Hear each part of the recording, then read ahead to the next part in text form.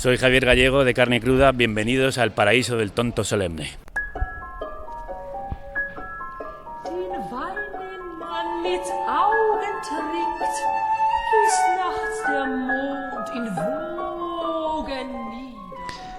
Vos, Tatacombo, soy yo. Di, ¿no me oyes? Tataconco, soy yo sin voz, aquí yoyando, con mi yo solo que yoya y yoya y yoya, entre mis suyoyitos tan nimios micropsíquicos. Lo sé y tanto, desde el yo mero mínimo al verme yo harto en todo, junto a mis ya muertos y revivo yo es siempre yoyando y yoyoyando siempre. ¿Por qué? Si sos, ¿por qué di? Vos, ¿no me oyes? Tata todo. ¿Por qué tanto yoyar? Responde. ¿Y hasta cuándo?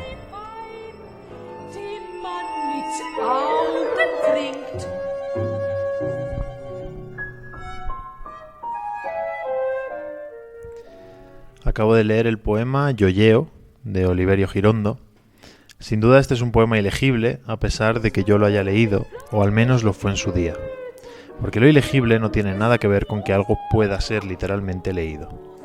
Debemos admitir, por un lado, que es imposible que un poema así se inserte en un sistema de mercado capitalista, un sistema que hace de la literatura una mercancía y que por lo tanto le pide que sea consumible, es decir, legible. Podrán hacer camisetas de Girondo, es cierto, tacitas, posavasos, pero el marketing aquí tiene un límite, y ese límite en este caso es la propia letra del autor. En ese poema y en todo en la más médula, que es el libro al que pertenece, Girondo de algún modo está escupiendo al lector. Y a nadie, ¿verdad?, le gusta que le escupan.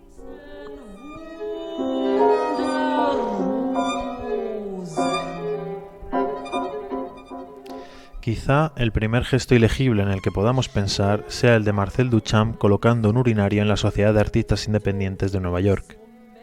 Es cierto que ahí tenemos el Tristram Shandy de Stern o, por ejemplo, la Celestina, pero el primer ready-made de Duchamp establece una relación inédita con el mercado capitalista. La relación del histérico, del que no acata las reglas del mercado, del que se niega. En el fondo, quien comprara La Fuente de Duchamp ¿no estaría comprando solo un váter muy caro?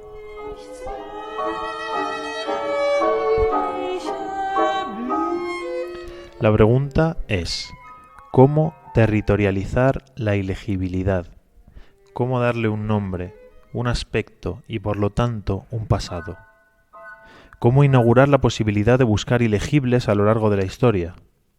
Sin duda la ilegibilidad no es una cuestión de contenido, o no solo, porque la resemantización del texto a lo largo de la historia puede hacer que lo que en un momento dado es ilegible en otro sea perfectamente consumible. Quizá sea la forma de relacionarse con el mercado lo que aporta la ilegibilidad. Quizá Bellatín esté haciendo un gesto de ilegibilidad al vender sus 10.000 libros en un parque de Ciudad de México. Lo que parece seguro es que es eso, un gesto, una pose, y no necesariamente una característica intrínseca a las obras.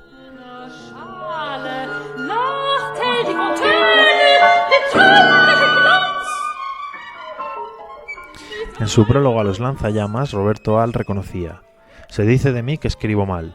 Es posible. De cualquier manera, no tendría dificultad en citar a numerosa gente que escribe bien y a quienes únicamente leen correctos miembros de su familia. Escribir mal, entonces, como una reivindicación, y no como lo harían Marwan o de Freds. Antes de Arlt, Macedonio ya reivindicaba una escritura mal hecha o que no fuera escritura sino velarte. También he citado a Girondo y sin duda debemos hablar de Libertela, de Perlonguer, de Lamborghini o de cierta tradición gauchesca.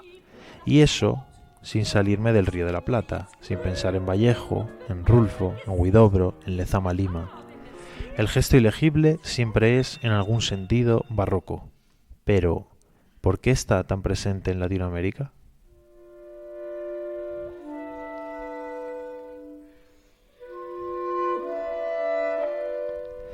En este editorial tan lleno de preguntas puedo aventurar muy pocas respuestas. Es cierto que el gesto ilegible siempre supone un rechazo a algo, al mercado, a la colonia, al poder central, pero siempre es un rechazo a los otros.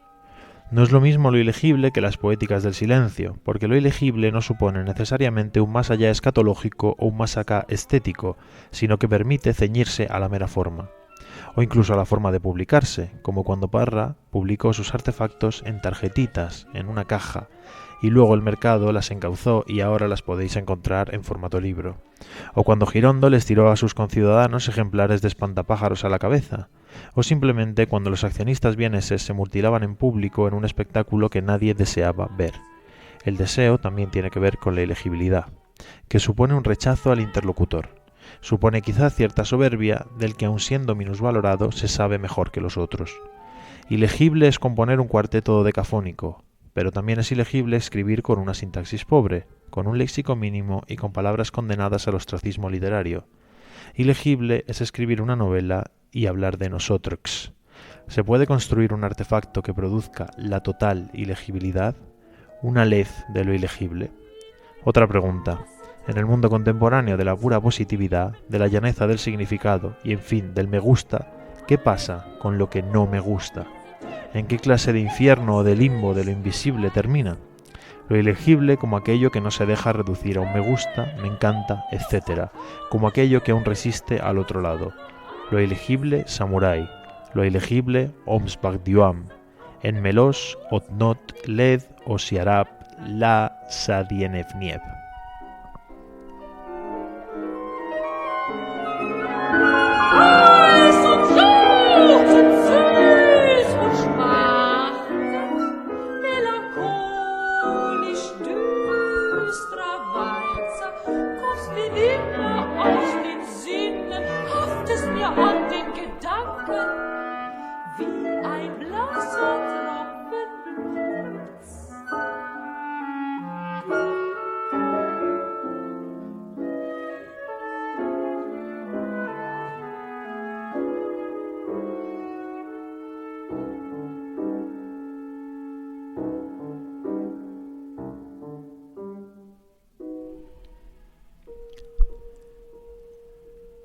Confío, queridas oyentes, en que habréis disfrutado del maravilloso Pierrot Lunaire, la que creo, porque la verdad es que no sé demasiado de música, que es la primera obra tonal del compositor austríaco Arnold Schoenberg, después de abandonar la música tonal con su Noche Transfigurada. Creo, siempre. Hoy vamos a hablar aquí, en el Paraíso del Tonto Solemne, de las poéticas, o mejor, de las políticas de la ilegibilidad. Para eso tenemos con nosotros al profesor Julio Prieto de la Universidad de Potsdam, Berlín, que ha publicado recientemente un libro galardonado sobre el asunto. Supongo que después de mi editorial todavía no sabréis muy bien qué es la ilegibilidad, pero no os preocupéis porque lo vais a saber dentro de muy poco. También nos hemos preparado una preciosa selección musical con obras del ya citado Schoenberg, de Tom Waits, de John Cage, de Max Tinnitus, y leo así el nombre, aunque en realidad si vais a su SoundCloud, si conseguís encontrarlo, ese nombre es ilegible, está escrito con una fuente casi legible, de MD Warriors y de Arpa Viejas. Y además, para más INRI, Julio Achutegui nos va a hablar de la escena literaria berlinesa actual. Para mí, y supongo que para muchos oyentes, el alemán ya supone una lengua ilegible, aunque para ti no, ¿verdad, Guido? Nein, für mich nicht. Así, ¿vas a hacer todo el programa en alemán? Ja. Perfecto. ¿Qué tal estás? Ganz gut. Perfecto. ¿Y tú? Yo bien también, supongo. Flipando un poco con tu música y con tu editorial. Pues todavía queda mucho. Si alguien más está flipando y ya no tiene ganas de seguir, que lo deje ahora, si no quiere acabar vomitando y sangrando por boca y narices. Esperemos que no. Bueno, recordad que quien nos habla es el inextricable Rinum y Mezcaj, acompañado por el innombrable Odiur Regaelxneljo y del imposible Ogisor Arrelag Legna, así que la elegibilidad está garantizada.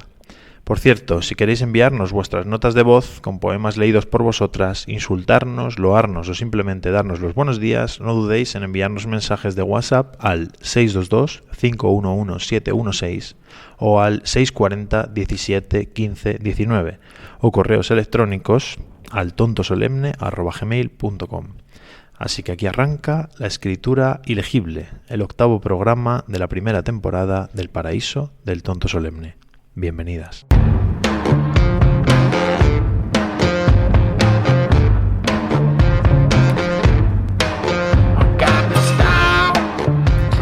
Y ahora estamos escuchando Big in Japan de Tom Waits del disco Mule Variations, que es recomendable en su totalidad y que, bueno, también es un gesto de ilegibilidad. Así que adelante, vamos, Big in Japan.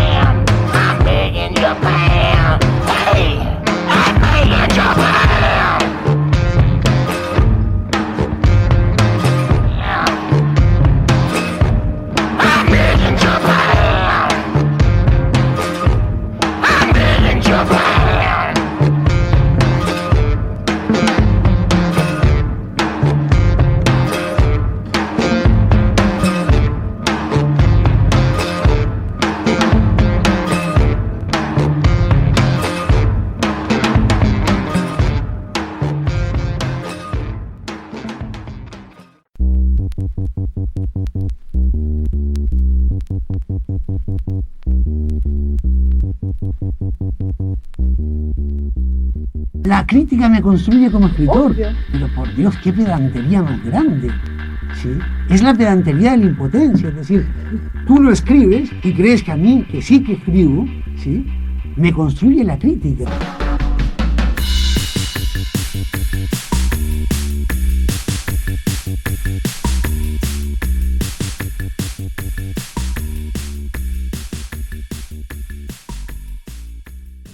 Julio Prieto es profesor en la Universidad de Potsdam, en Berlín. Es doctorado por la New York University y ha venido a Granada a hablar de las tesis que expone en su último libro, Ilegibilidad y políticas del estilo en Latinoamérica, que ha sido merecedor del premio que otorga la Latin American Studies Association al libro del año de 2017. Julio, bienvenido al Paraíso del Tonto Solemne. Bueno, muchas gracias por invitarme. Bueno, la primera pregunta no tiene que ver con tu libro, tiene que ver en general con tu posición, digamos, en el campo de los estudios latinoamericanos, porque llama la atención que parece ser, opino, que el campo de los estudios latinoamericanos tiene un claro centro de producción en los Estados Unidos, ¿no? Sí. Entonces, bueno, de hecho tu último libro ha ganado el premio del ASA del 2017, como ya hemos dicho, y tú, sin embargo, piensas desde Alemania, escribes desde Alemania, y te quería preguntar si aunque este hecho pueda parecer baladí en los tiempos de la hipercomunicación, de la globalización, del ojo mundo del que has hablado antes, el caso es que tú entablas un diálogo constante con pensadores alemanes. Hablas con Heidegger, hablas con Benjamin, y entonces me interesa saber cómo se ve, o cómo se trabaja, cómo se piensa Latinoamérica desde Alemania, y cómo se piensa el campo de los estudios latinoamericanos desde el viejo continente. Ajá. Bueno, no habría que hacer la equivalencia de viejo continente a Alemania, ¿no? Sí, porque España también lo es. Pero claro. sí, bueno, o sea, diría que, bueno, cuando la primera parte de la pregunta, digamos, mi lugar es bastante excéntrico, en cuanto que soy un español que me formé en Estados Unidos y luego emigré a Alemania y escribo sobre Latinoamérica, o sea que, bien, no diría que mi lugar es representativo de nada, ¿no? Bueno, y en cuanto a cómo se piensa en Latinoamérica en Alemania, yo diría que el campo del latinoamericanismo en Alemania es como un poco un reino de taifas, ¿no? Depende un poco, hay como, no es un campo amplio, ¿no? Sí, un poco depende de un poco del impulso de cada cátedra, ¿no? El trabajo que se hace, ¿no? Y en realidad también hoy en día está un poco todo interconectado también, ¿no? O sea que en cierto nivel, bueno, hay temas que están ahora muy en boga, digamos como por ejemplo la cuestión de la literatura mundial, que claro, viene del tema de Goethe, ¿no? Y que, de la literatura. Que bueno, es un tema en el que están trabajando latinoamericanistas alemanes, pero también gente que trabaja en Estados Unidos. Así que creo que hay un alto nivel de comunicación. Y intercambio. ¿No? Así que sí, tampoco, no sé si sabría identificar algo específicamente alemán de cómo se piensa Latinoamérica, más allá de quizás cierta tradición que tiene que ver con la tradición de la filología románica, que es una tradición que sigue muy fuerte en Alemania, ¿no? Que implica una manera de pensar las lenguas romances más allá de las tradiciones nacionales. Y en ese sentido, pues hay algunos latinoamericanistas trabajando desde Alemania, desde esa tradición de la filología románica, ¿no? Digamos, actualizando un poco la tradición de Auerbach, Spitzer, que, digamos, amplían un poco el campo de lo que en su momento fue lo europeo, ¿no? Para pensar, digamos, el campo de la filología románica, digamos, ensamblándola con el latinoamericanismo, ¿no? Vale. Eso diría que quizás sería una zona interesante de cómo se piensa Latinoamérica desde ciertos lugares de Alemania, ¿no? Muy bien. Bueno, como ya he dicho, tu libro empieza con la palabra elegibilidad, ¿no? y políticas del estilo.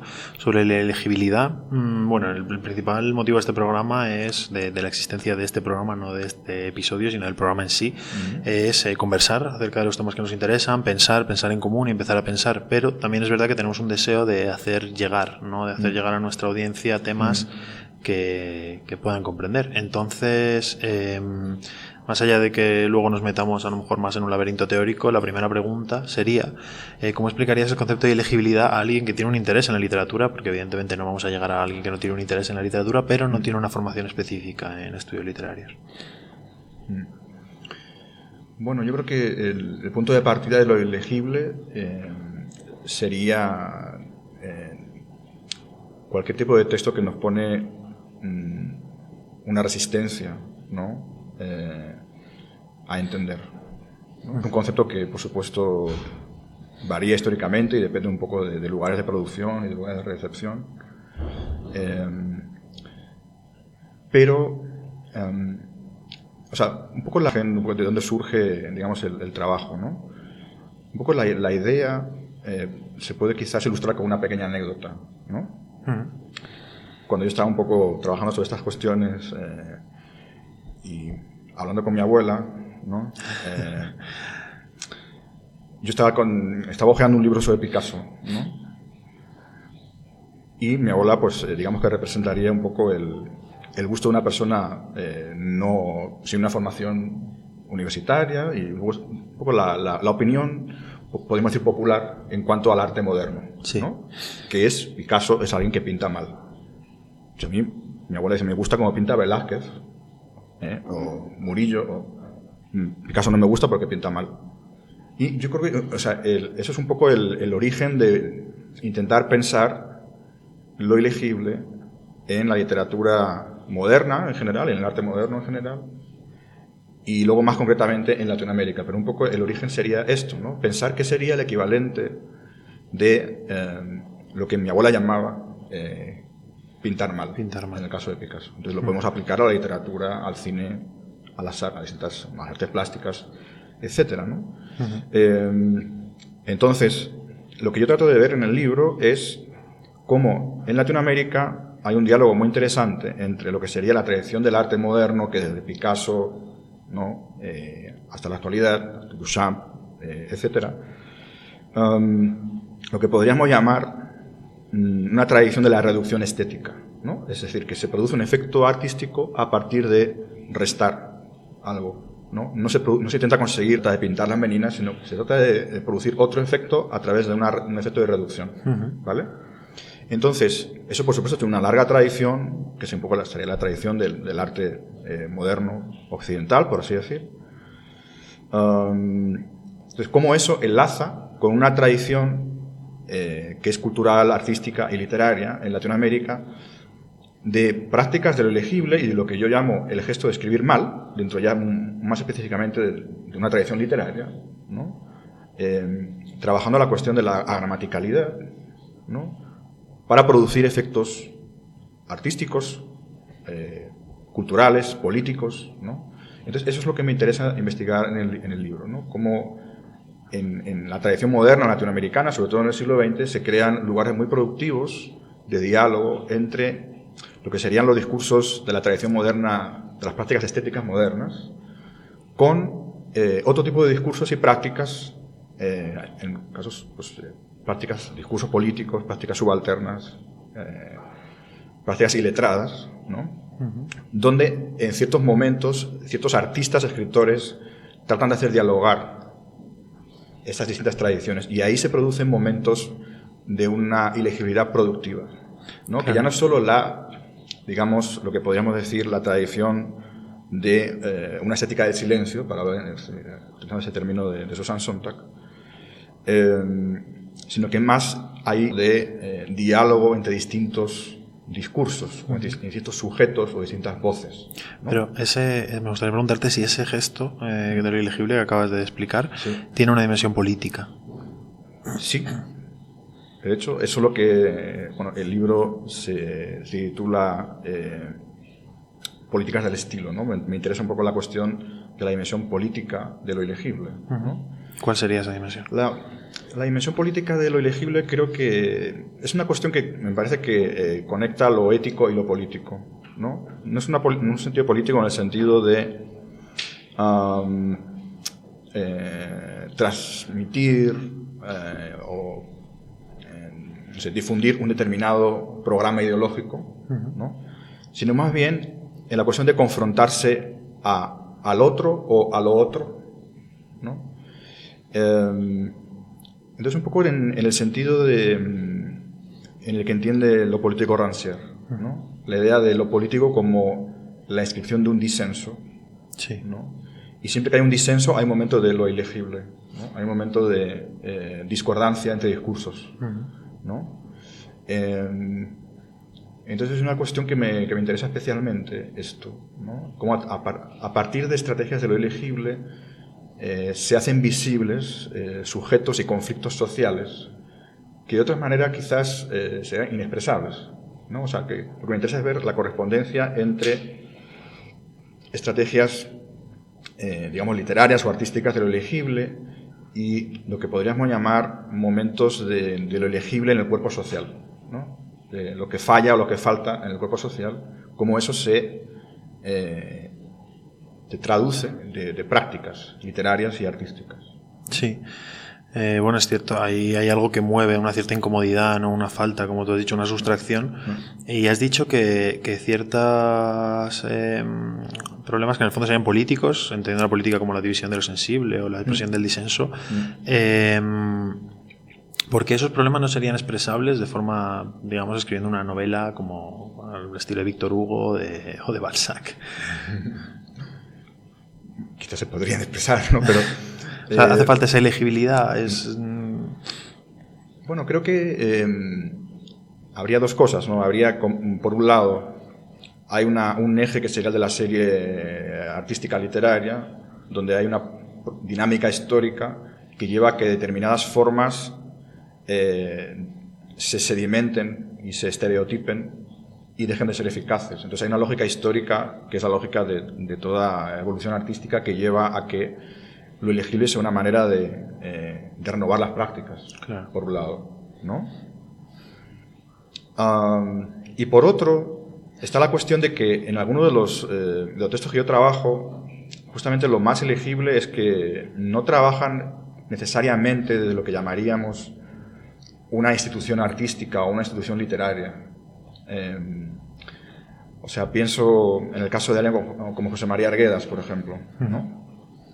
Que tiene una doble faceta como escritor, como poeta y también como antropólogo, ¿no? También como fue profesor también,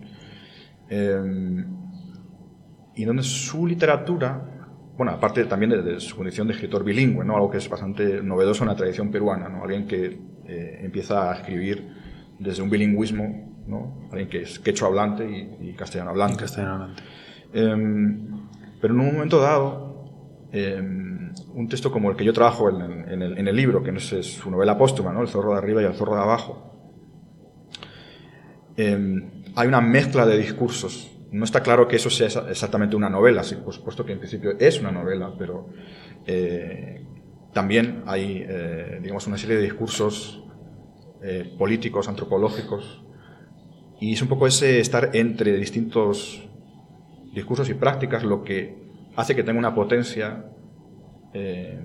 política asociado a lo elegible, ¿no? Así que sí, creo que es algo que además, por otra parte, un tercer factor, diríamos, es cómo en Latinoamérica se crean tradiciones de lo elegible también, ¿no? O sea, que son textos que remiten, que no se han, digamos, insertado en el canon, o que no han, pero que crean series alternativas, ¿no? Que remiten a otras prácticas de otros textos. Pues muy notorio esto en el caso de Arguedas, pues, cómo retoma a Vallejo y a Mariátegui, por ejemplo.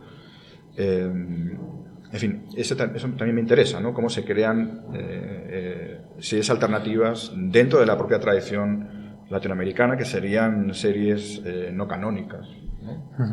Sí, de hecho, una cosa que te quería preguntar es en qué punto este asunto de la elegibilidad como gesto, como estilo, bueno, luego veremos más qué es concretamente, pero hasta qué punto es exclusivo, o más exclusivo sería más bien netamente latinoamericano, ¿no? O definitorio. Porque pienso en autores, por ejemplo, como Samuel Beckett, ¿no? Sí. Que es el primero que se viene a la cabeza, Duchamp, claro. Tú hablabas de Proust, bueno, hablabas de Proust, y si no es exclusivo, es al menos una línea de fuerza de la literatura latinoamericana. O sea, ¿cómo has visto tú esa línea de fuerza ahí, ¿no? ¿Y por qué no está en otras tradiciones? Claro, o sea, de hecho está esa línea, ¿no? Y claro, esa línea es muy importante, y me interesa un poco el gesto crítico, quizás novedoso del libro, es, digamos, en los estudios latinoamericanos recientes, pues hubo una división, digamos, hubo un momento en que se dejó de lado la literatura, ¿no? Como algo que se veía que la literatura como, especialmente en Latinoamérica, como un discurso cómplice de prácticas de explotación, de subyugación, de minorías, ¿no? Sí. Y entonces sujeto un discurso de reivindicar el testimonio, ¿no? Y sobre los estudios de subalternidad.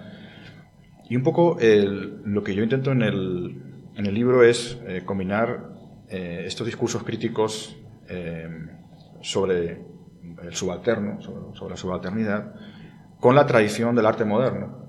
Porque me parece que esto que no está, o bien ha habido estudios de determinados artistas y escritores desde el discurso artístico, o bien se les ha reivindicado desde un discurso de subalternidad donde, digamos, la dimensión estética queda fuera. Y a mí justamente lo que me interesaba de estas prácticas es que son poéticas políticas, ¿no? Es lo que me interesa un poco la combinación de ambas, ¿no? Entonces, claro, que esta línea del arte moderno, ¿no? de Beckett, Duchamp, Joseph Beuys, etcétera, ¿no? Plus, y que me parece que es algo que está menos estudiado, que tendría que ver con la propia heterogeneidad cultural de Latinoamérica, ¿no? Donde se pone en diálogo esa tradición, ¿no? de la filosofía y de la estética europea o occidental, ¿no? Con, digamos, tradiciones americanas no europeas, ¿no? Y tradiciones que tienen que ver con otras lenguas y que tienen que ver también con ese campo de heterogeneidad sociocultural de Latinoamérica hace que sea especialmente productivo, un campo especialmente productivo para que emerjan prácticas o poéticas de lo elegible y que eso sea productivo, ¿no? O sea, que haya una cierta tradición, aunque sí, en parte son autores que tienen lugares inestables. Algunos de esos autores son muy canónicos, digamos, pues César Vallejo, sí. Pero por otra parte también tienen una dimensión muy marginal, ¿no? Porque aun siendo canónicos, pues hay como una imposibilidad o dificultad de cómo seguir leyéndolos, ¿no? O cómo leerlos, ¿no? Sí, y no dejan de aparecer, ¿no? Es una tradición que de alguna manera... Y sigue muy viva por eso. Sí, por eso, ¿no? No hay una asociación de escritores ilegibles latinoamericanos, pero... Todavía no. Claro, pero siguen apareciendo. Eso es lo muy interesante del fenómeno. Bueno, ahora que sabemos qué es la ilegibilidad, una pregunta sería para seguir orientando un poco sobre ese fenómeno, sobre esa apuesta. Nombres, ¿no? En el libro hablas de Arlt, sí. De Macedonio, bueno, de forma especialmente extensa, hablas de Arlt, de Vallejo, de Arguedas, de Perlonguer y de Glover Rocha, el cineasta brasileño. Y luego también de forma tangencial hablas de mucha más gente, entre ellos Macedonio, Lamborghini, bueno. Entonces, ¿cuáles más te merecerían mención? Autores latinoamericanos que se entronquen en esta tradición, sin tradición, de la ilegibilidad. Y bueno, si quieres decir algunas palabras sobre alguno en concreto, sobre algo, adelante. Sí, claro. Hace que hay una tradición muy rica en algunas zonas dentro de Latinoamérica, ¿no? Una de ellas era el Río de la Plata, ¿no? Y ahí, bueno, estarían tanto Osvaldo como Leónidas Lamborghini, los dos Lamborghini, Ricardo Celarayán, por ejemplo, es un poeta también. Una figura que tiene semejanzas con Macedonio también, al igual que Macedonio, pues empezó a publicar sus libros cuando casi tenía 50 o 60 años, ¿no? También tiene una especie de anacronismo ahí interesante. Figuras como Marosa Di Giorgio, por ejemplo, es una poeta y narradora uruguaya, ¿no?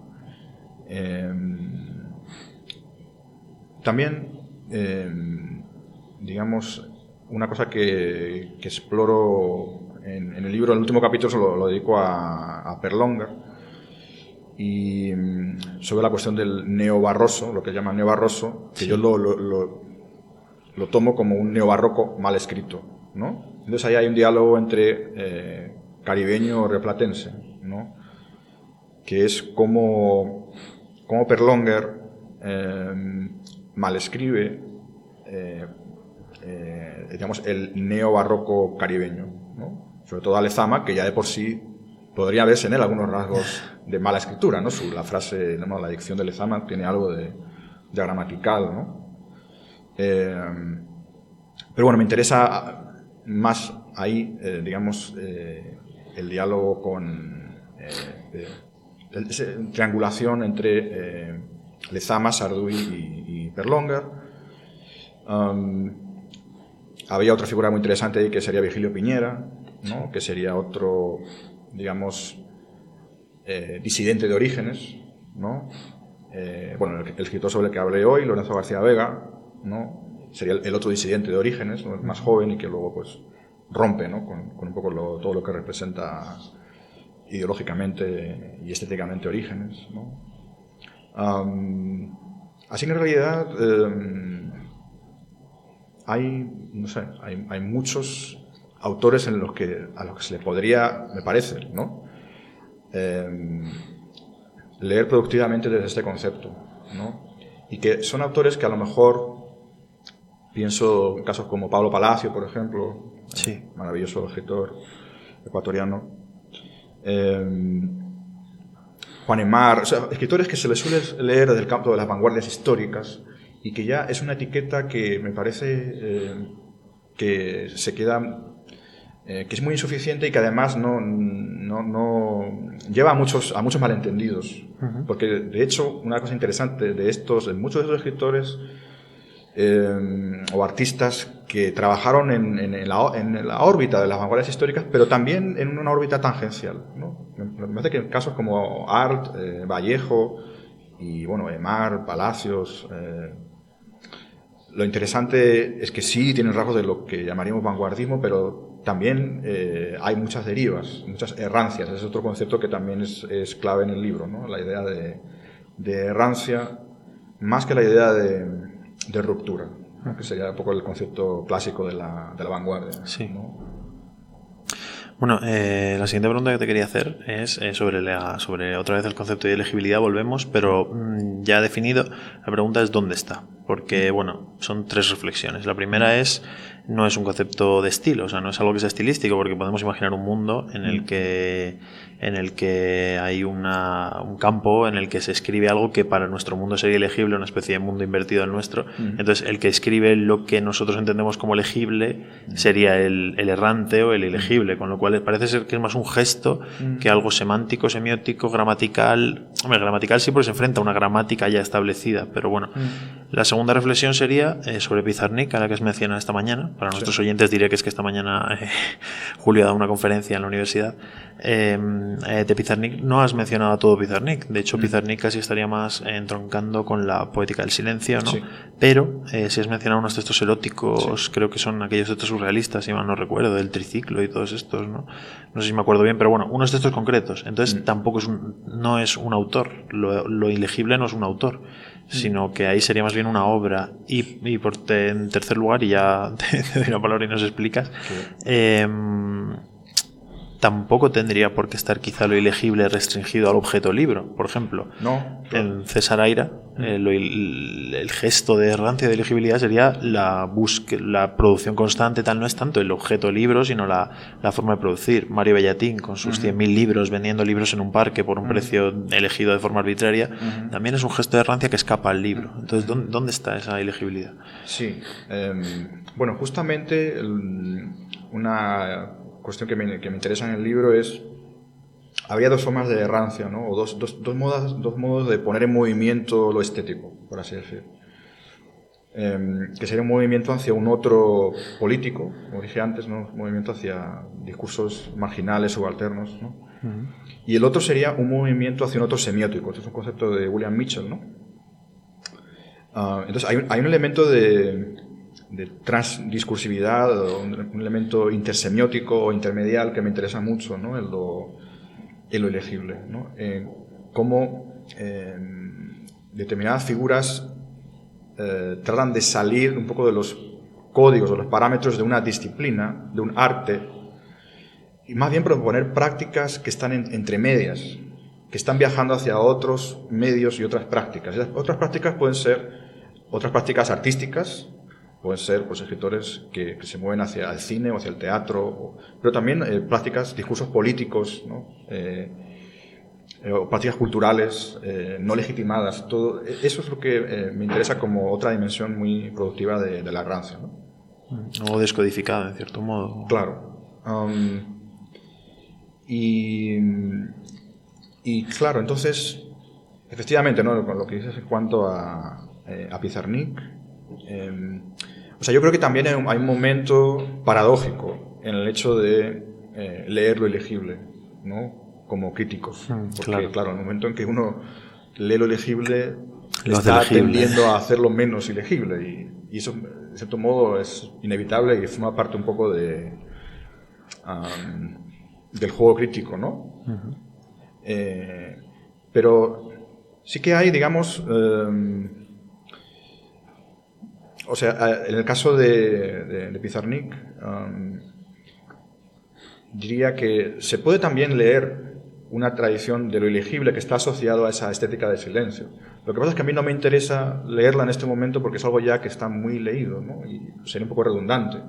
No me parece, sin embargo, que se haya leído tanto esta dimensión de un escribir mal, más heteroglósico y más agramatical, que está más bien en sus prosas eróticas, por ejemplo. Entonces, bueno, es una autora que ronda estos temas, ¿no? Pero simplemente también es una cuestión del momento histórico, de la oportunidad, digamos, de hacer una lectura crítica para que sea productiva, ¿no? Claro que a la larga, ¿no? Pues hay un horizonte de pérdida de ilegibilidad inevitable, claro, ¿no? Y también forma parte un poco de las estrategias de lectura del futuro el volver a hacer o porque te hagan legible ciertas prácticas. O porque te dejen de leer. O también es la otra opción. No, eso es lo que decía Borges sobre el triste destino de ser un autor canónico, que ya no te leen. Ya eres un monumento, por lo tanto, para que como mucho te citan. Sí. Bueno, quedan 2 preguntas. Bueno, tengo 6 o 7 más, pero te voy a hacer 2 especialmente para no alargar demasiado la entrevista. Bueno, una me parece muy interesante, que es que quizá en la tradición española, lo hemos hablado esta mañana, yo lo he seguido pensando y pienso que a lo mejor desde la Celestina podría ser, empieza una especie de... porque la Celestina es esa obra de teatro que no se puede representar, ¿no? Ya tiene un gesto ahí que los medievalistas no paran de esforzarse en intentar comprender y no consiguen hacer ese gesto legible. Sí el libro, pero no el gesto. Bueno, Juan Benet, también hemos hablado esta mañana de Luis Martín Santos, ¿no? De Tiempo de Silencio, de la saga Fuga de JB, de Gonzalo Torrente Ballester, que quizás sí sería más legítimamente ilegible, porque tal vez, bueno, y sin tal vez, Luis Martín Santos lo que hace es meterse en una tradición con Joyce o intentar meterse, ¿no? Pero Gonzalo Torrente Ballester a lo mejor sí tiene un gesto que no deja de ser teórico, pero sí es muy legible en ese libro.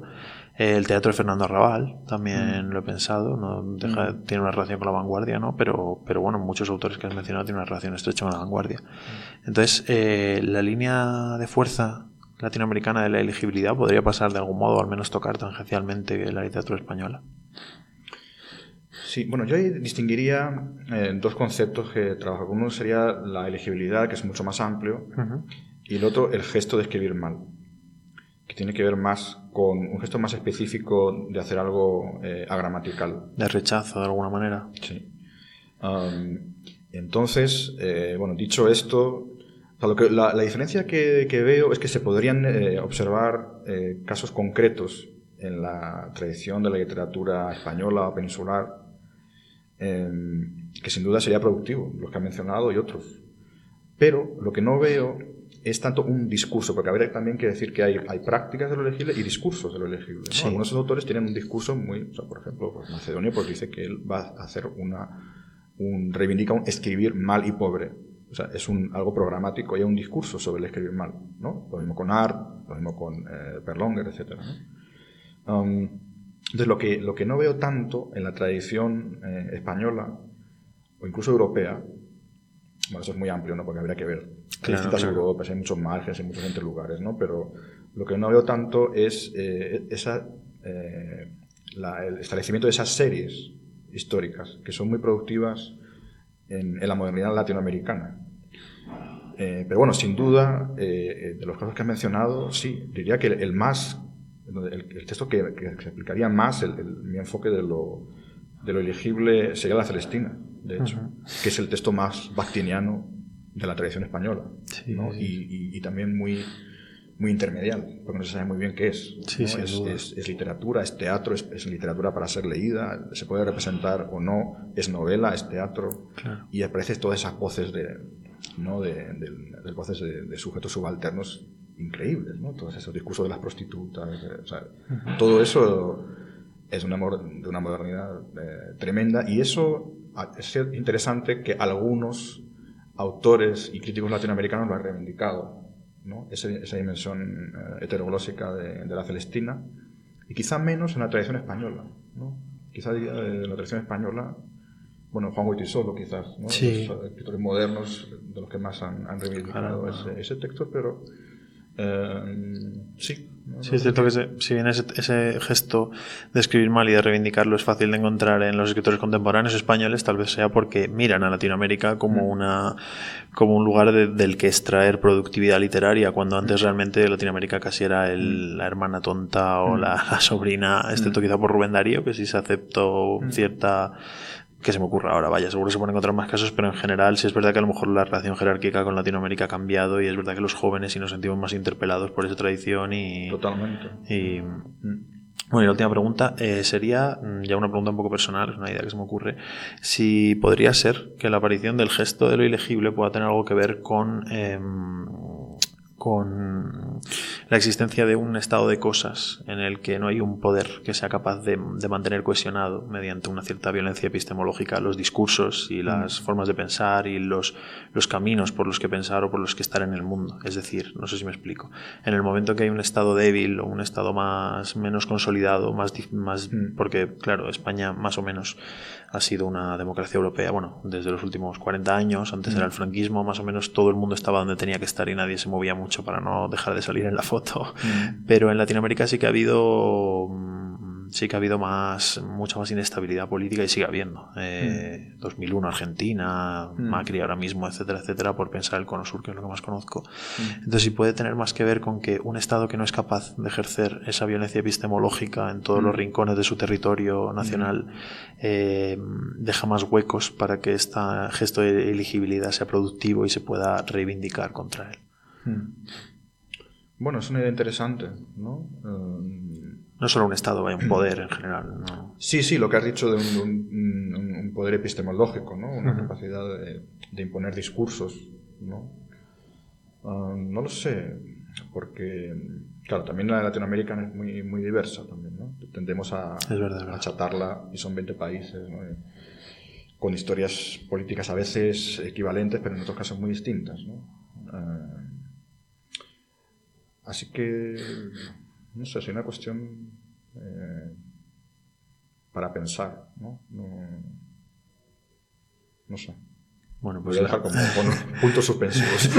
La dejamos abierta y hasta aquí la entrevista con Julio Prieto. Muchísimas gracias por dedicarnos este tiempo e invitamos a nuestros oyentes a, si conocéis autores que consideráis ilegibles o creéis que esa línea de fuerza se le pueden añadir puntos en cualquier lugar del orbe para pensar esa elegibilidad, que nos escribáis, ya sabéis, al tontosolemne@gmail.com y que no dejéis de pensar en todas estas cuestiones tan interesantes. Muchísimas gracias. Bueno, gracias a ti. Si te gusta lo que oyes, hazte mecenas y entra en el paraíso.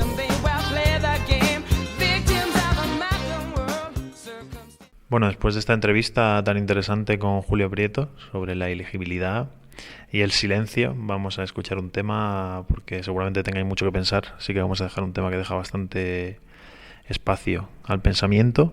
Se trata de 433 de John Cage. Quienes hayáis visto la partitura o lo hayáis escuchado alguna vez ya os habréis ido al baño probablemente, y para el resto aquí os dejamos con el gesto ilegible y el gesto de rechazo de John Cage, 433.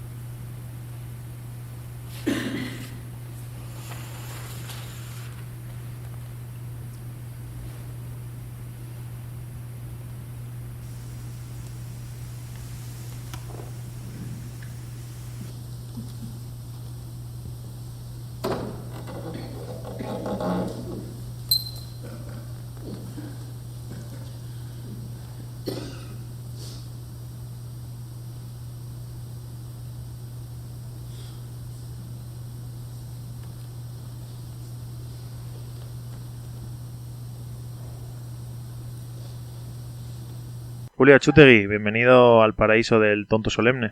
Muchas gracias por haberme llamado en participar en vuestro programa. Hola, Munir. Bueno, Julio es nuestra conexión berlinesa y la verdad es que debería ser la persona que menos me costase presentar de todos los invitados que hemos tenido en el programa durante estos meses, pero la verdad es que eres la persona a la que más me cuesta presentar.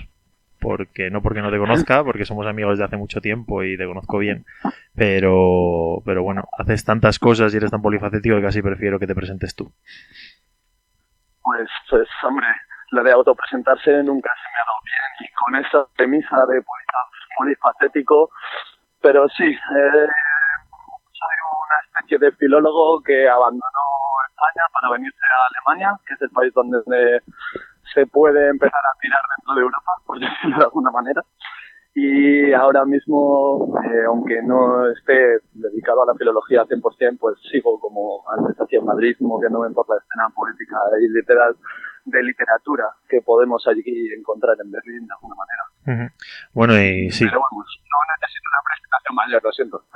No, está bien, está bien.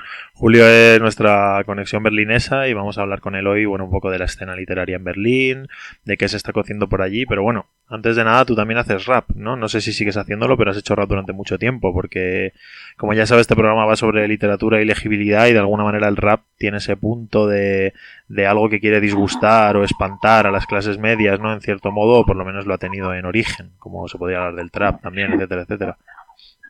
Bueno, con el trap no quiero entrar porque entonces ya empezamos en una especie de batalla entre estilos musicales, pero pero bueno, si de alguna manera es interesante, yo defiendo desde mi posición que el hip hop y el rap es mucho más poesía que la poesía que se hace actualmente en términos de métrica, en términos de rima, etcétera, etcétera.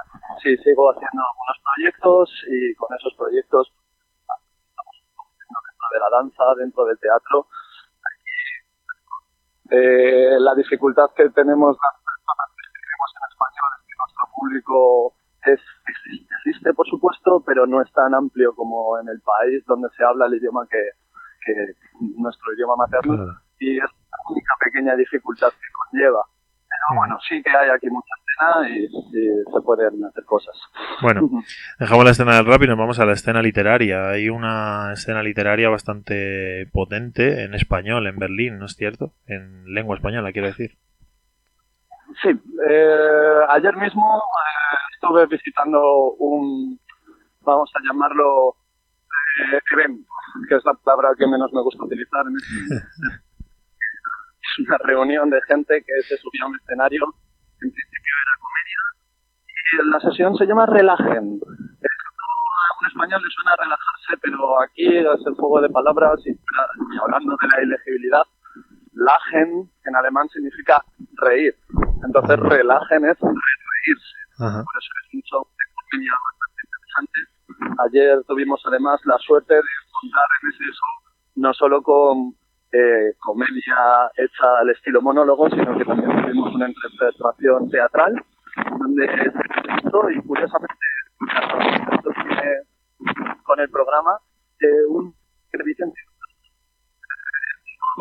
No puedo decir ahora exactamente lo que perdona, Julio, te estamos perdiendo un poco. ¿Sí? ¿Puedes repetirnos una actuación teatral? En donde se estuvo representando a Vicente Huidobro. Ajá, Vicente Huidobro. Sí, exactamente. Pero esto es muy curioso y muy divertido porque hablando de la ilegibilidad, ¿no? Que creo que es lo que se trata en el programa de hoy, pues curioso ver cómo las personas alemanas que aprenden español están perdidas. Porque, claro, muchas veces manera de escribir mal para llamar la atención. Y claro, después de la propia presentadora tuvo que advertir a los alemanes que no se preocupen. Estaban desaprendiendo el español, ¿no? Más o menos, no es desaprendiendo. Aquí el español lo traen mucho más los sudamericanos que los españoles. La comunidad española es muy amplia. Es una cosa muy bonita ver como aquí el sujeto sudamericano tiene con más, o sea, se le aprecia más. Los que hablan aquí español, todos han aprendido su alemán. Sorprende, la verdad que sorprende mucho que haya la suficiente demanda como para que pueda funcionar un show de comedia o un recital de poesía en Berlín. En español, pues quiero decir. La entrada, y aquí se le cobró entrada a la gente, que era lo cual es un precio módico, pues podríamos decir que unas 150 personas que habían pagado la entrada para ver el espectáculo de comedia en un bar, que es un bar muy grande, pero me sorprende porque muchas veces en las no se acaban de llenar ni aun siendo gratuitos. Del que he hablado es una sesión a la que acudí ayer, pero hay unas por ejemplo, hay una sesión que se llama ¿qué se llama? Alaska habla. Aquí, pero que es llevado por españoles, y también hacen interesante. Vale. Aquí un poco más no es que vengan solo poetas a leer poesía, sino que también cantautores en la escena, o pues yo mismo utilizo el hip hop, pero bueno, sí la comunidad. No tan sorprendente. Vivimos en un mundo internacional, entonces encontrar español o ruso dentro de la comunidad alemana no es tan extraño. Pero sí es verdad que aquí, y al estar fuera de nuestros países, se genera una unión un poco más grande entre las personas que utilizan. Yo creo que ese es el motivo. ¿Y qué tipo de literatura produce esa unión? ¿En qué, o sea, que dirías que la literatura que se hace en Berlín en español tiene alguna especificidad concreta? Porque me imagino, por ejemplo, que tú al ir a un recital de poesía en Berlín estarás expuesto a muchos más registros, a muchas más formas del español que si yo voy a un recital de poesía aquí en Granada, porque vas a encontrar latinoamericanos de todos los países, quizás extranjeros incluso, o sea, no nativos, hablando español, a lo mejor spanglish, portuñol, porque hay gente de todas partes del mundo en esos recitales. Entonces no sé si eso da lugar a que se produzcan formas específicas de poesía o de literatura en general. Todavía no me siento preparado para hablar de especificidad. Lo que sí que me he dado cuenta es que, pues, por ejemplo, todos los que estamos aquí viviendo y utilizamos el alemán, adaptamos una serie de vocablos que luego introducimos en nuestro español. Yo, por ejemplo, ya no digo jamás exactamente, digo genau, que es la palabra de aquí. Y esto es divertido pues, en eso, efectivamente. Cuando una persona está recitando o está utilizando, mete también palabras de lo que va aprendiendo y de lo que va utilizando. A mí se me olvidan algunas palabras que ya no utilizo y las utilizo en alemán directamente. Entonces es divertido cómo las quieres o las intentas introducir. Y por otra parte, lo que pasa mucho es que somos personas errantes de alguna manera, estamos en movimiento, no estamos en nuestro lugar de origen y hemos decidido salir. Entonces sí que aprecio mucho más que la gente escribe sobre o bien esa distancia y esa añoranza hacia los lugares y ese movimiento hacia adelante, lo que significa dar el paso es moverse. Pero tampoco puedo decir ahora mismo que haya una línea de unión. Directamente, como siempre, somos infinitas.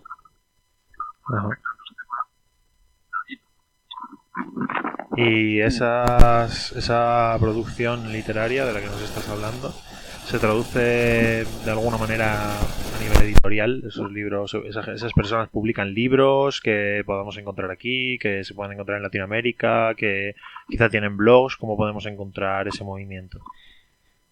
Bueno, yo soy una persona que justo a través de las redes sociales no puedo hablar porque soy de los pocos que viven sin Facebook y sin WhatsApp y no te puedo decir a nivel de internet cómo se distribuye.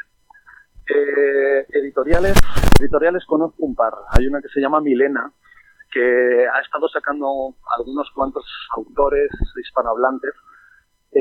Su web no te la puedo decir exactamente, pero si buscáis Milena Editorial vais a encontrar sin problema.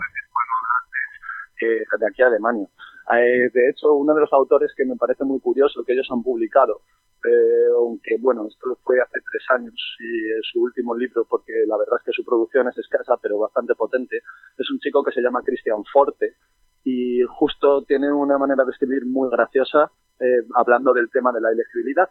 Él escribe todo poemas con abreviaturas, no utiliza nunca palabras completas sino que pone A, B, R para poner abreviatura. Y entonces tiene un impacto visual.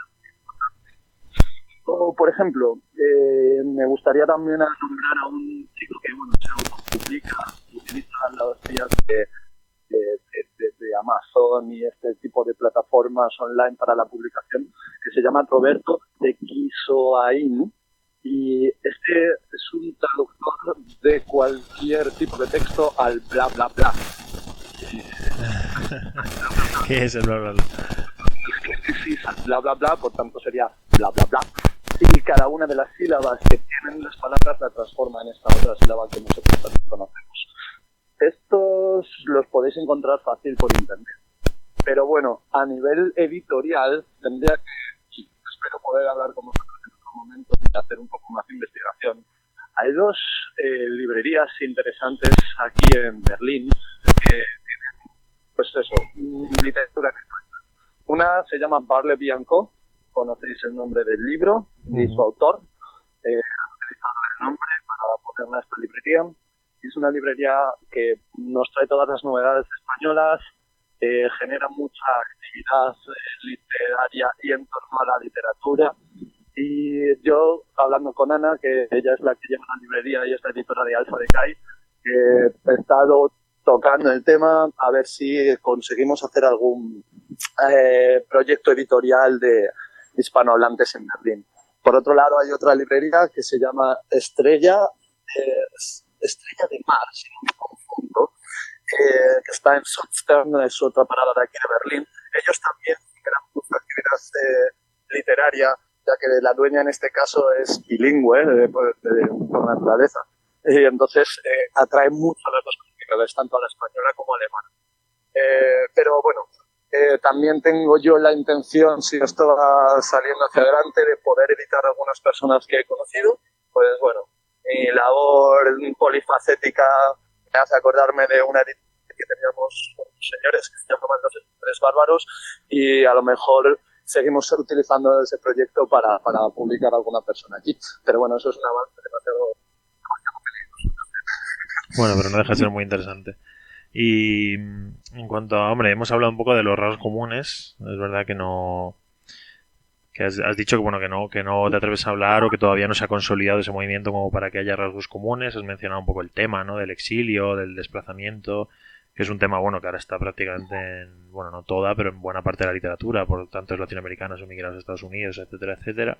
Me gustaría preguntarte también si hay una conciencia de algún tipo, por el siguiente programa nuestro, el programa de la semana que viene, va a ser sobre literatura y resistencia. Entonces, si hay alguna conciencia de resistir a algo, o de intentar ir a la contra de algo haciendo esa literatura, o simplemente es un juego, un placer literario, un disfrute.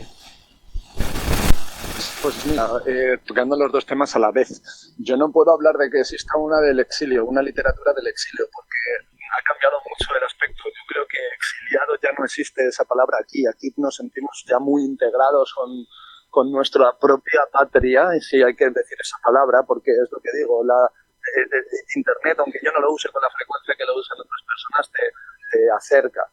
Pero en cuanto a existencia, sí, porque sigue habiendo choque cultural. O sea, los países y las fronteras no son importantes, pero las culturas y los idiomas sí, y el idioma sigue siendo una barrera muy fuerte, sobre todo no a las relaciones personales, sino en las relaciones burocráticas. Entonces, se genera muchas veces una literatura en la que la comparación, el prejuicio está mezclado, en la que se habla de las diferencias entre los alemanes y nosotros los hispanohablantes, de su manera de entender el tiempo. La verdad, se genera un poco. Entonces siempre oyes bromas de cómo es el alemán respecto a la puntualidad y cómo es el español, ¿no? O sí, el tiempo. Pero tampoco puedo hablar de una literatura del exilio. Creo que nadie tiene que salir de una manera forzada o que se sienta fuera. Claro que te sientes fuera de lugar cuando no acabas de adaptarte, pero eso ya pasa por las inadaptaciones personales, no por el grupo. Ya. Vale, pues hasta aquí la entrevista con Julio. Se ha hecho corta, como ya sabía que iba a ocurrir. Pero bueno, seguro que volvemos a hablar a lo mejor con algunos nombres a los que entremos más en profundidad, algunos libros, o incluso con alguna entrevista que tú puedas hacer por ahí a algún autor interesante que nos envíes para pasar por el programa. Estoy seguro de que la conexión con Berlín va a seguir siendo fructífera. Así que muchísimas gracias, Julio, por haber estado en el paraíso. Gracias a ti, Munir, por haberme invitado y por haber tomado esto de forma tan espontánea. Igualmente, se me ha pasado volando este tiempo y sí, para la próxima conversación voy a traeros algún tipo más específico de propuestas. Voy a tratar de entrevistar a una serie de personas que, como ya os he dicho, tanto a Ana como a Patricia, que son las que llevan estas librerías, para ver qué nos pueden aportar ellas también. Perfecto, pues un abrazo muy grande, Julio.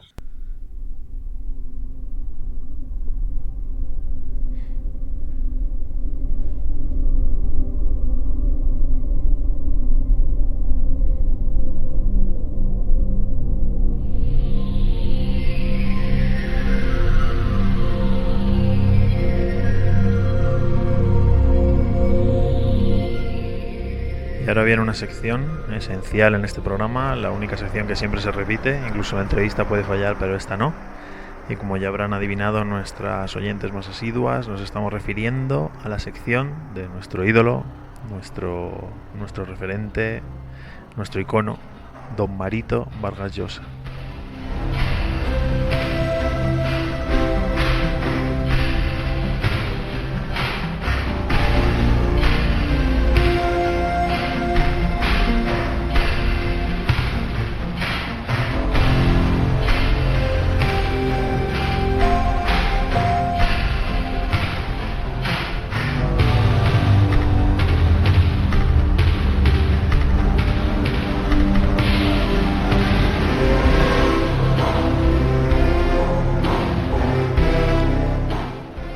Ja, wir bleiben hier noch mit unserer beste Sektion, die schönste auch, die Sektion von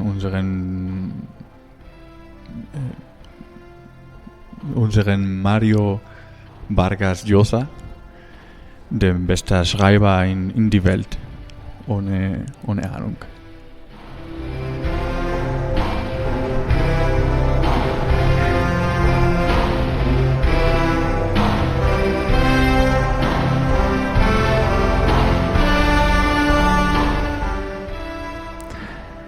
¿Te gusta Mario Vargas Llosa? Wer ist Mario Vargas Llosa?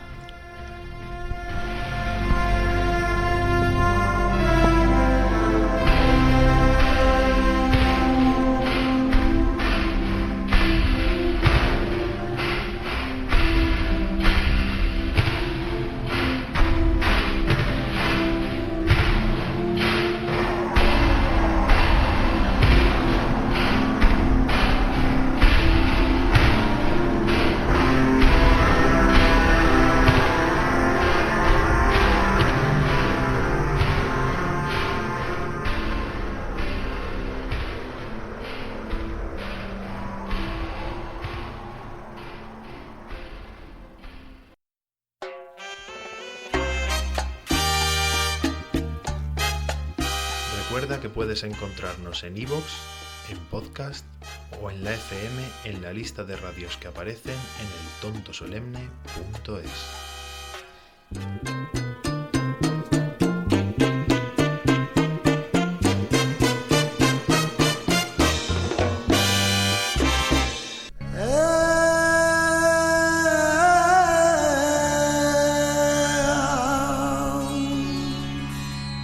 Poéticas de la inteligibilidad.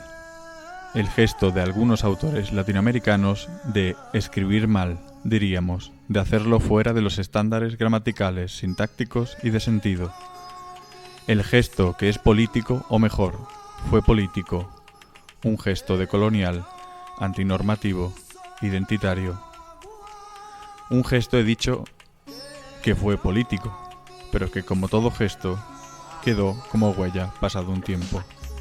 Y es más, en estos días que corren, solo un gesto es poco.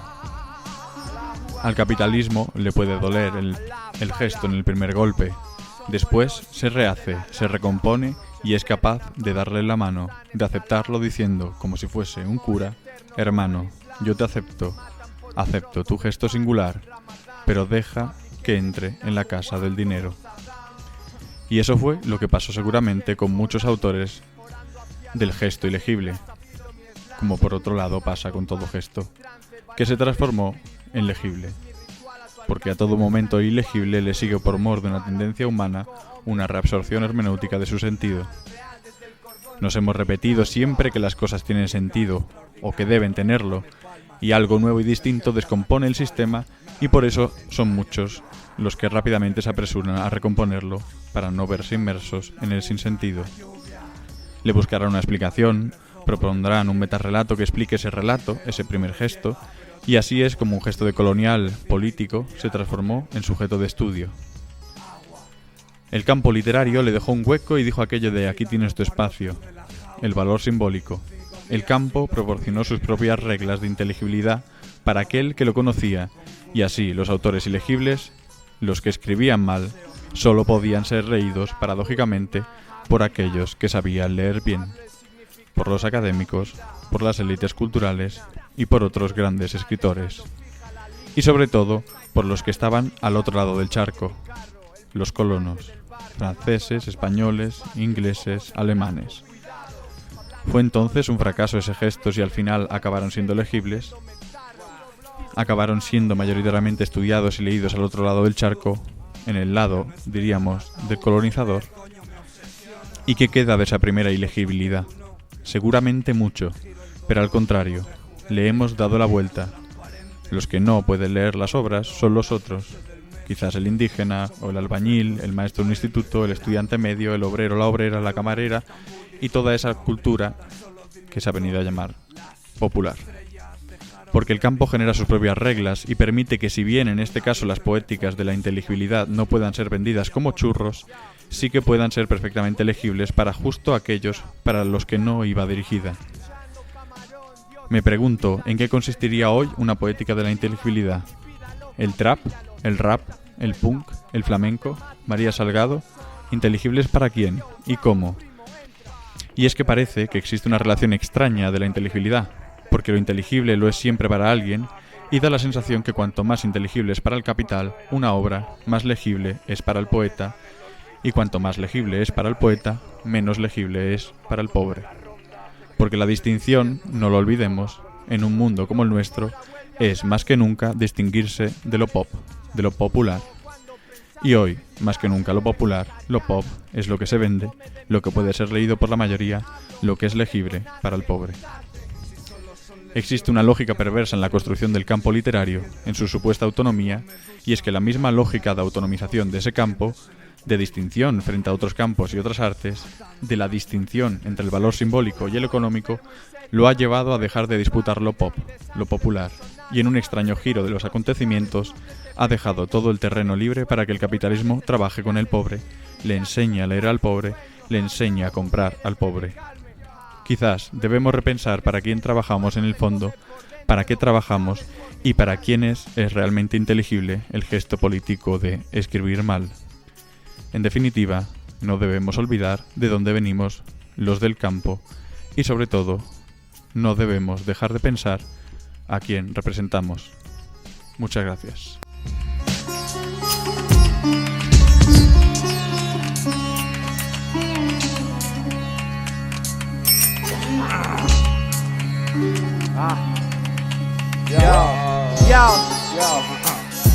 Papá, mis 20 bloques, 200 portales, ni sé cuántos animales en las mismas calles. ¿Tú cuánto vales? ¿Cuánto crees que sabes? Write it down, music pa' tus llaves.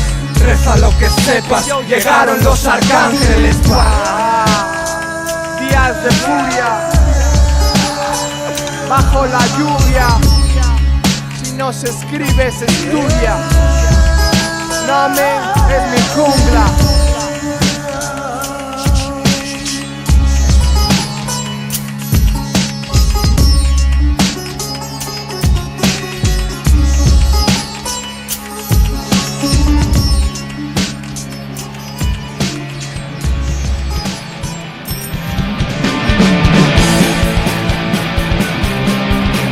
Bueno, pues hasta aquí el programa de hoy. Hemos tenido a Julio Prieto hablándonos de su libro sobre las poéticas de la inteligibilidad.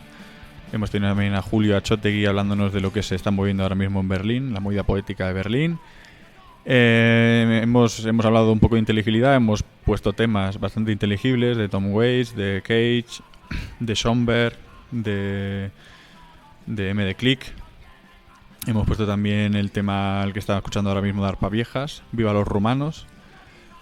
Y nada, muchas gracias a los que habéis venido, gracias a los que estáis al otro lado de las ondas. Recordad que si os gusta, compartáis, le deis a me gusta, difundáis la palabra del tonto solemne allende los mares.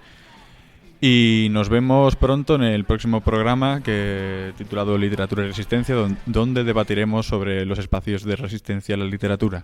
Tendremos también un reportaje que hicimos en el Matadero, donde contamos con voces como la de Javier Gallego y Ignatius Farray, para vuestro deleite.